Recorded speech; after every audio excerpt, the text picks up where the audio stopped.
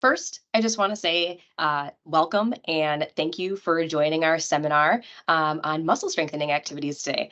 My name is Kayla. I am the health promotion manager here at the cooperative, and I work with a team of health promotion coaches to help all of our members find ways to feel happy and healthy and optimize their health. So that's the purpose behind these sessions here, is to help educate you on some different ways that can help you optimize your health. So that's their purpose, and that's what we're working for today. So muscle strengthening activity, or muscle strengthening, excuse me, is an important topic when it comes to our health and wellness. And I'm excited to dive into with you today. But before we get started, I just want to mention a couple things. We will keep our cameras off during this session, so feel free to sit back and enjoy your lunch if you haven't eaten already. And as I said right before we started, this session is being recorded. So if you'd like a link afterwards to be able to access this session at another time, please let me know and I'll send it your way. And then finally, we will have time reserved at the end of this session to answer any questions that you have that might have come up throughout the session. So you can either unmute your microphone and ask the questions afterwards, or you can utilize the chat function of Microsoft Teams here, and we can talk about it in person. If you do find that you have a more personal question or something that's a little more individualized to you, you can connect with me after the session and I can help you navigate those questions and see what help we can provide for you, just so then you don't have to ask those questions in front of the group. So we'll get started. Today, we are going to just give a little bit of an intro into what muscle strengthening activities are. I'll give you a little more of a definition and give you some insight as to what that is. We're going to talk about all the benefits we can get from them, and I'll talk about how much we need from them, and just give you some insight into what actually counts as muscle strengthening activities, and then just gives you some general tips to get started. All right. So what are muscle strengthening activities? So physical activity, we're going to back up a second and not talk specifically about muscle strengthening, but physical activity in general is a crucial component of our health. And there are three types of physical activity. That includes muscle strengthening activities, and it also includes aerobic activity and flexibility. Today, we're specifically talking about muscle strengthening, which is also known as resistance training. And just in terms of like the general recommendations for physical activity, that's like all of them. It's recommended that we complete at least 30 minutes of moderate intensity physical activity at least 5 days out of the week. So that adds up to about 150 minutes of physical activity a week. And that's just kind of what our general goal is, for us to move our bodies and get all the benefits that physical activity can provide for us. Now, back to muscle strengthening activities. That actually involves just purposely using resistance to increase our muscle strength, size, or endurance. And today we're going to talk about what that is, why it's important, and how we can make that happen. Okay, so now we got a definition to it. Let's talk about the benefits. We're going to talk about all the good stuff that can come from it. So just physical activity in itself, like I talked about before, comes with a lot of health benefits. And when it comes specifically to muscle strengthening, it gives us some great ones. So strengthening our muscles just generally can increase our overall physical strength and muscular endurance. So this makes it easier for us to perform the physical tasks that we need to do as human beings. So just think about for a moment about the things that you do with your body every day, every hour, that require muscles. It's a lot. We need muscles to be able to sit upright in our chair. We need muscles to be able to get up from our chair.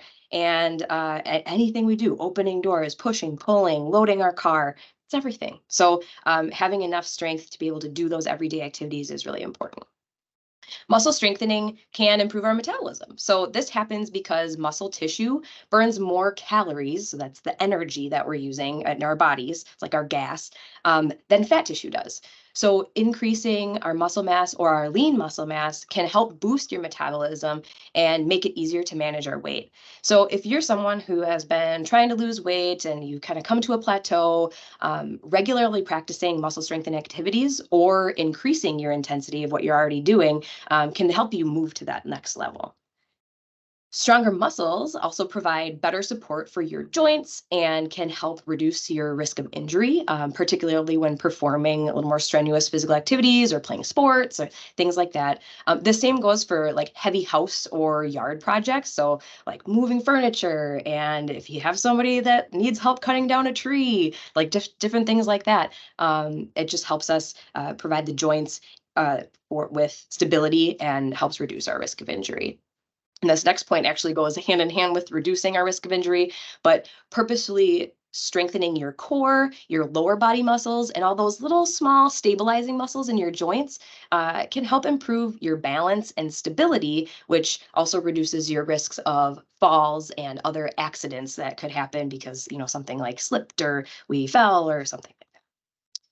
Muscle strengthening has been linked to a variety of health benefits, including cardiovascular health, like lowering blood pressure, and also having better blood sugar control. So yes, your heart benefits from these activities as well, not just your muscles, and your heart can benefit from things other than just the aerobic physical activity. So this is good for you all around. Resistance training has also been shown to increase bone density, makes our bones stronger, which can help reduce our risk of osteoporosis and other bone-related conditions. And so that's another good point to, it helps us decrease our risk of breaks and things like that. So finally, too, physical activity in general has been shown to positively influence mental health, and muscle strengthening is no exception. So just in general, regular exercise can help us reduce stress and anxiety and depression, and may improve our cognitive function. So helping us think a little bit more clearly and helping with some memory, which I feel like we all need these days. If we don't write it down, it doesn't happen, right? So we've talked about the benefits. Let's talk about like how much we actually need to get and when and how and all of that. So just the general recommendation is to complete activities that target all of our major muscle groups at least 2 days out of the week.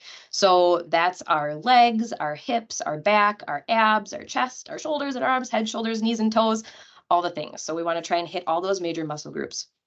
Now, you can still get those same benefits as doing all of those things twice a week by splitting it up throughout the week, just as long as you're working all of the major muscle groups at least twice throughout the week. So if you want to break that up and you want to do something a little bit smaller that doesn't take as much time throughout 6 days, or you can break it up into 4 days, whatever works best for you. And that's the key, is finding what works for you and how you can build your schedule around completing these activities if that's a goal that you want to try and accomplish. So that's the recommendation, kind of vague, but we want to at least get 2 or more days in the week, and you can do it however you want. Okay. So let's talk about what counts. So there are many activities that actually count towards increasing your muscle strength, and there arguably could be some that I don't list here that could also work too. But kind of when we first think about adding like muscle strengthening activities, maybe some of you are thinking like weightlifting, such as using free weights like dumbbells, barbells, or kettlebells, or using weight machines. And they're all effective way to strengthen your muscles. The one thing to think about when we're using these techniques is it's just really important to use proper form and then gradually increase the amount of weight that you're moving with your body as you progress. Exercises like push-ups, pull-ups, squats, lunges that you use with just your body weight as the resistance can also be really effective for building strength, and it doesn't cost anything because you just have your body. So body weight exercises are a great option, and you can do them anywhere. So if you're crunched for time, don't have time to get to something or get somewhere to do a class, you can just do it right where you are. Resistance bands are also a very versatile tool for strength training, and can be used for various exercises and targeting different muscle groups. So really anything that you are doing with like a dumbbell or a barbell, you can find a way to work the same way and the same muscles with resistance bands. They're also a really cost-effective tool, and they don't take up a lot of space. So if you don't have a lot of space for storage of equipment in your house, or even like in your desk at work, something like that, you can add those resistance bands and kind of keep them in a nice tiny little box. So Yoga and Pilates focus a lot more on like body awareness, core strength, and balance. And doing those things can also effectively build muscle and improve your flexibility along with it. So that's another good option to kind of get a whole variety of that range of motion and strength and flexibility. High intensity interval training, it's also known as HIIT, involves short bursts of intense exercise followed by brief rest periods and can be an effective way to both build strength and improve your cardiovascular fitness. So one thing to know about that is it is a little more vigorous intensity than like our moderate intensity physical activity. So that's one thing to just kind of take into consideration.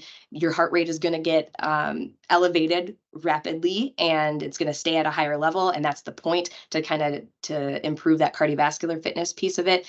But if you're doing that, then the duration of the amount of time that you're working out can actually go down a little bit. And you don't necessarily have to work out for much longer. All right.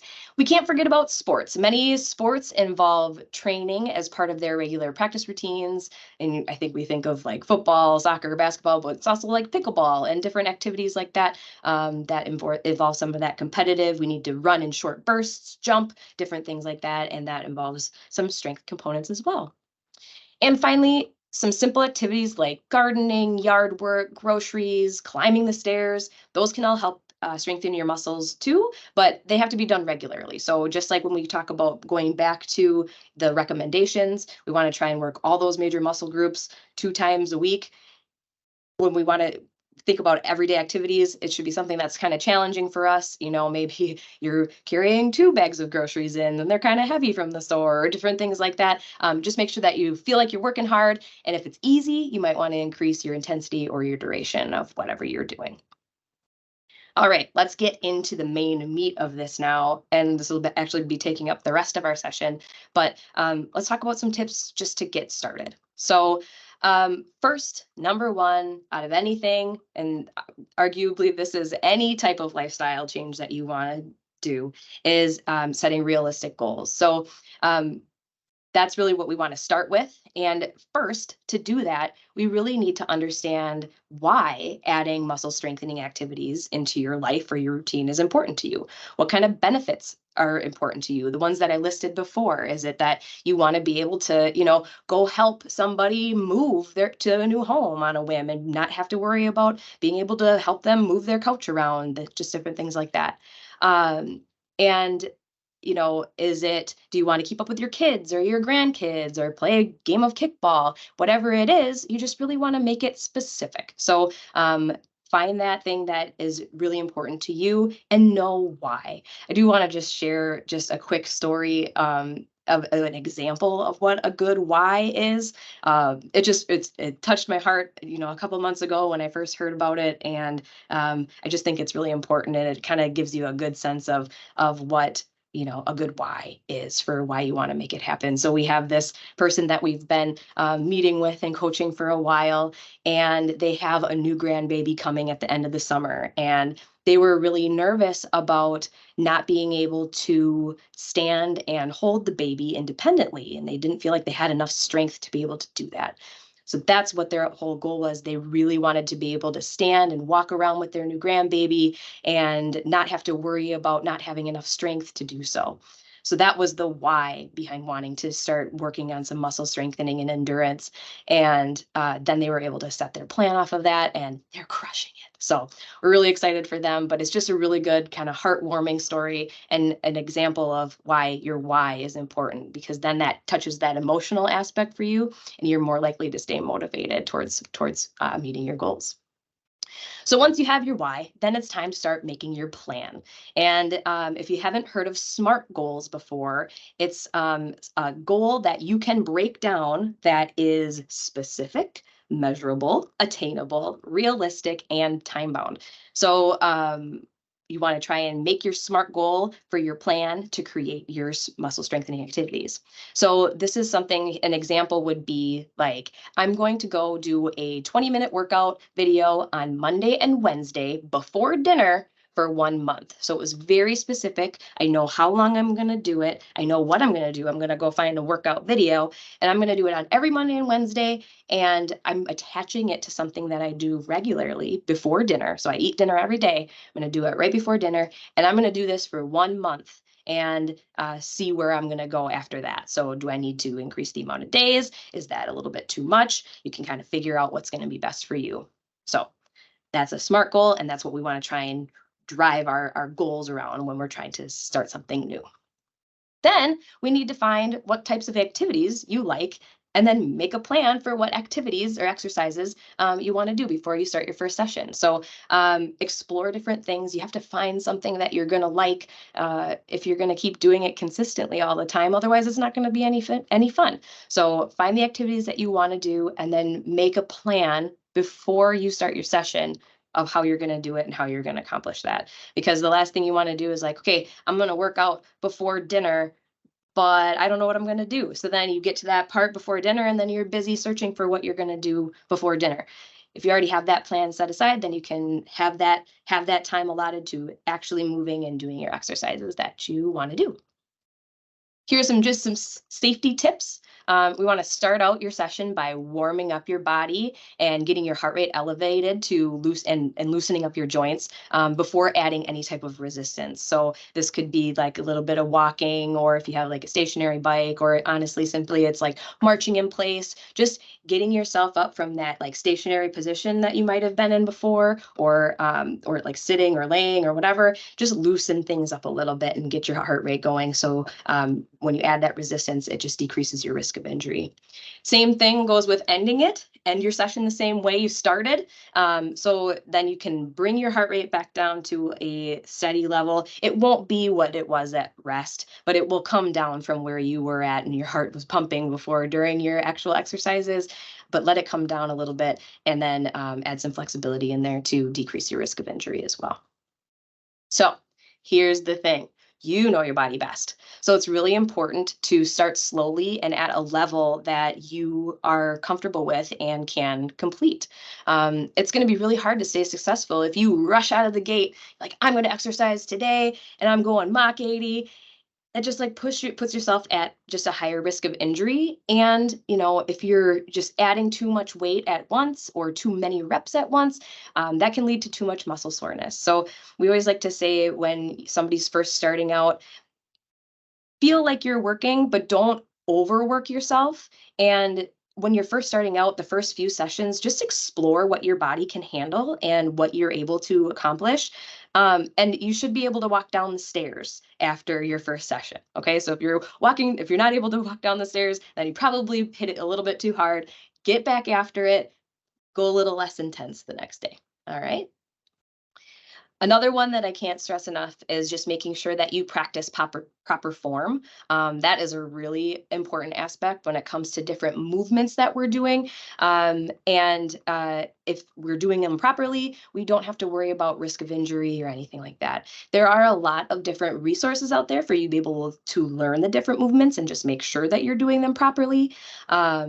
We are at the cooperative are happy to help you find some of those resources. YouTube has a lot of really good. They have a lot of really good resources and some not so great ones, but there are some like actually well-renowned fitness facilities that have free videos out there that have movement demonstrations, so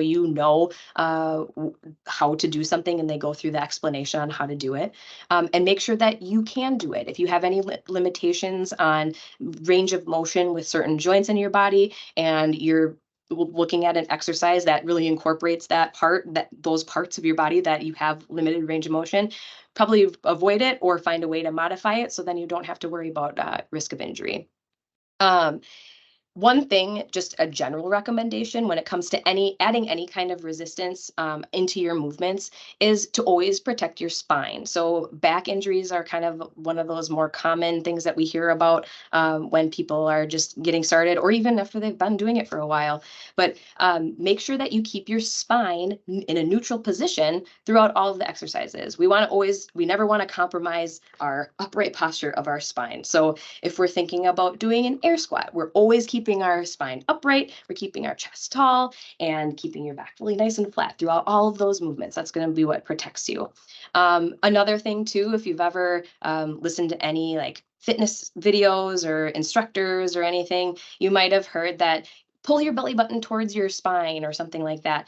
And that's what that really is meant to do, is to stabilize your core, because that also stabilizes your spine. One thing that finally clicked for me was flexing your abs as if you were pulling your ribs down towards your hip bones. And then if somebody were to come and do some like karate moves on your belly, you wouldn't be fazed by it, and you wouldn't get the wind knocked out of you or anything. You were ready to take those little hits in your belly. So that's what's going to make you ready, and that's what's going to keep your core nice and stable, as if you're sitting in that position. Throughout all of those exercises, any type of resistance exercise, you should be in that position in your core. So let's talk about sets and reps and all of that. So at the end goal, when you're first starting out, do what you can, trying to explore what your body can handle, and only start at where you're at. Even sometimes some of these recommendations that I'm going to give to you today, that might be a little bit too much. If that's too much, dial it back and do something that you can accomplish, and it's okay. You're just going to grow from that. So you're going to get the most benefit from doing at least 2 to 3 sets or rounds of each exercise that you're going to do. And then each time you do a set, there should be about 8 to 12 reps of whatever movement you're going to be doing. So if you're going to be, let's say we're going to do some bicep curls to work our arms, you're going to try and do 8 bicep curls. And once you complete the 8 bicep curls, that's 1 set. Okay. And then you're going to rest for a little bit, and then you're going to do it again. And then you complete your 2nd set, and then you complete your 3rd set. So that's one thing too. Give yourself time to rest in between each of the sets that you're going to do. A good starting point is about 30 to 60 seconds, depending on how intense or how heavy you're going to be lifting. And just a good rule of thumb is that your last 1 or 2 repetitions that you do should be challenging but doable. So if you're breezing through each set, like you could do it all day long, it's time to increase the intensity a little bit. But if you're like having a little bit of a hard time, like you're moving through, and that last set, it's just a little bit harder, but you can still do it, then you're right on the money and you're in that good spot. One thing too is stay consistent. And back to when we talked about setting realistic goals, any type of habit that we're trying to build or new lifestyle behavior that we're trying to add into our life as a regular thing, we got to stay consistent. So when it comes to muscle strengthening activities or just physical activity in general, what we got to do is just make it part of your regular routine. Make planning and preparing for your exercises or your physical activity part of a system. So it's a natural thing for you to do in your day. You can attach, your actual like workout session to something that you do every day. Like at my lunch break every day, I'm going to go do some of these muscle strengthening activities. Or every day after you brush your teeth, you're going to do 20 squats or something like that. Just something easy that's already part of your day, and you can attach it to something that's very structured. The planning and preparing aspect of it too, like say that after you go to bed and get ready for bed, you set out the clothes that you're going to use to exercise the next morning, or you pack them in your gym bag, or you set out your resistance bands, whatever is going to do, just attach that to part of a system or something that you do regularly throughout your day. So then it's not any extra work. It's natural. I'm like, okay, I got to do this, this, and this, and then you're ready to go. Finally, don't be afraid to mix it up. You don't have to be attached to one specific type of exercise. If you like a variety of different things, do so. It will decrease your boredom, and it will also help your muscles overall so they don't get used to doing the same thing over and over again. So spice it up. If you, want to use weights or something for your lower body strengthening, but you would like to do something different, like playing a sport or something like that for your upper body, go ahead. You don't have to be specifically attached to one thing. Try a variety of things. Finally, you don't have to do it alone. You can find a buddy. You can also meet with a health coach to help you set your goals, make your plans, and help work with you along the way. And if that's something that you're interested in, all of our members of the cooperative are able to utilize our health coaching services. So just give us a call, or you can send me an email, and I can get you connected with a coach to work with you. Because sometimes this stuff is confusing and it's hard to navigate, and we're happy to help you along the way. Okay, those were the tips. I have one little final plug before we get to the question section. And then I'm able to help you in any way that we can. But lastly, I just want to say this session here was part of our Be Your Best Health Education series. So we have a whole bunch of different topics that we're going to be presenting out over the next 4 months. And all of these topics are actually specific to the needs and interests of our members. So utilizing some of the information that we can take to help us identify what kind of topics are important for you and might be interesting for you to hear about. So we have a stress management one coming up next month. We have processed foods in your health and what does that mean in September. Different ways to eat or how to eat less saturated fat and thinking about like what types of food we're eating and how we can limit the amount of saturated fat that can influence our cardiovascular health.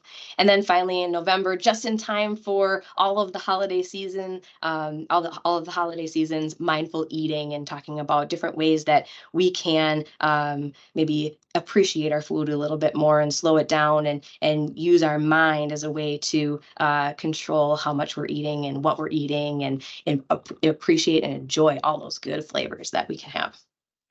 So for that, you guys were able to register for this session. So same way that you registered for this one, you can go to the link that was sent out, or you can give us a call and we'd be happy to register for you for this session. We also have some other services too that we are really excited about and have been offering for over a year now. But every Monday we have a Mindful Monday session. So if you're looking for some stress management techniques or just different things that can help you relieve stress, please join us for Mindful Monday. Every Monday, a health coach joins in for a 5-minute or less session and runs through a different mindfulness technique with you. It could be deep breathing, it could be some gratitude prompts, it could be some guided imagery, and it could be some just different like mindfulness specific techniques. They'll guide you through that exercise and you can practice it throughout the rest of the week on your own and help you manage stress and in the moment or even keep it at bay for future references.